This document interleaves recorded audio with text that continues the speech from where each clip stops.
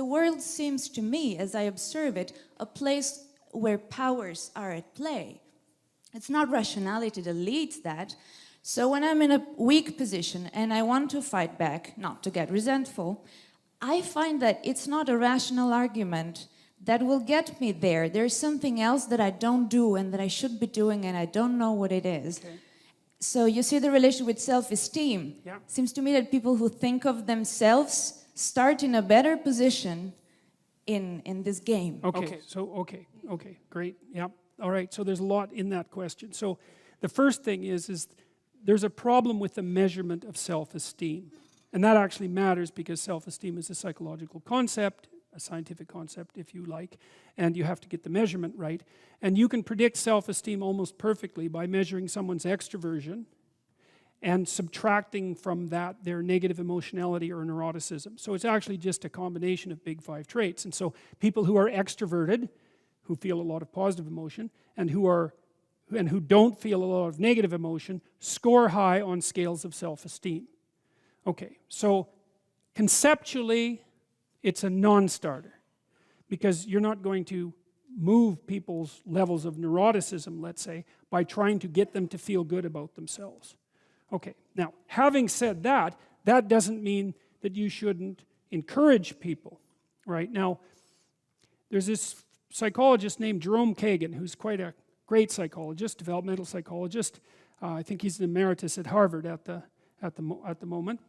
He studied temperamentally inhibited children. So they're basically kids who are high in neuroticism, probably low in extroversion. And he found that if those children, and you can identify them as early as 6 months, right? It's very, very inculcated in their temperament. He found that if you encouraged them in the world, you could shift them into a more stable personality configuration.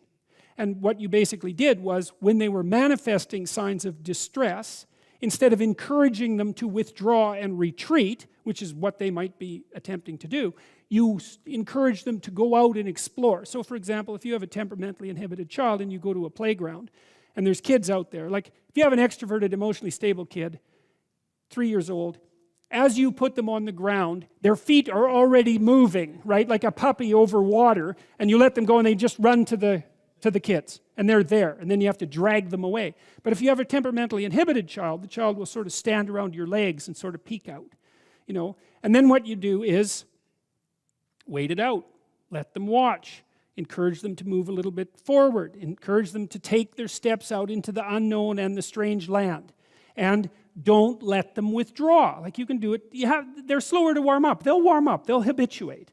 And if you continually expose your inhibited child to the things that make them anxious in measured doses, then you can transform their psychophysiological temperament. Now, you're probably not going to shift them way the hell out onto the extroverted, emotionally stable end, but you can make a big difference. That's very different than making them feel good about themselves, which is such a... You need to curse. You need to curse when you discuss that concept, right? So it isn't improve their self-esteem. It isn't how you feel about yourself, right? It's how you act effectively in the world and how you're trained to do that.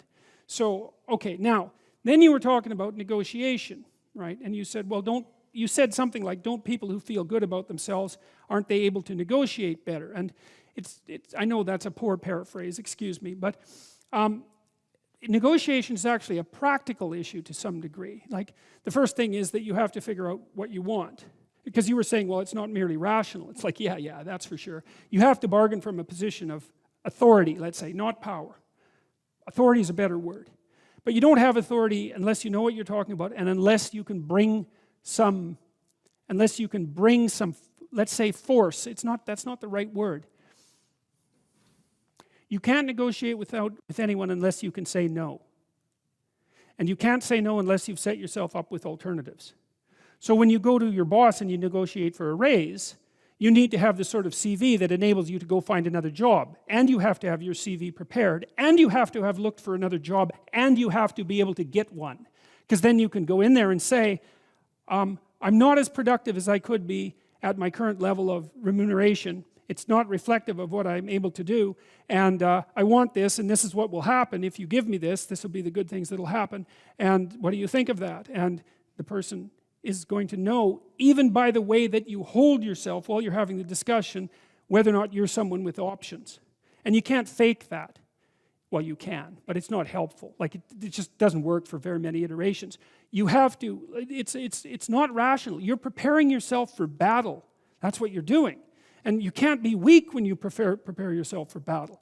Because if the person says, no, I'm not giving you a raise, which is exactly what they should say, because what are they going to do? Just like sprinkle the money around? You need to be able to say, okay then, there will be consequences that you don't like. And that's what it means to say no to someone. No means, if you continue to push this, things will happen that you don't like. Now in that case, it'll be, I'll depart and take my talents with me. And if they don't care, well then you're in the wrong business, or you don't have any talents to begin with, right? Which is, so in order to negotiate properly, and this is more difficult for people who are agreeable, for example, and because they tend to be more conflict averse, you have to put yourself in a position where you can push back as hard as you're going to be pushed on. And that means you have to open up your space of available options, because otherwise the person says no and that's it, you're done. Well, you'll lose then. It's as straightforward as that. Now, with regards to the self-esteem part, is practice on small things. Because you build the skills. Forget about the self-esteem. It isn't about being confident or feeling confident or any of that. It's about knowing bloody well how to negotiate. Start with small things, you know. So you'll notice that there are things in your relationships in particular that aren't the way you want them to be, and that you could see how could be improved. It's like, figure out how they can be improved, negotiate with your partner, make the incremental improvement. Keep doing that. You'll get better and better at it.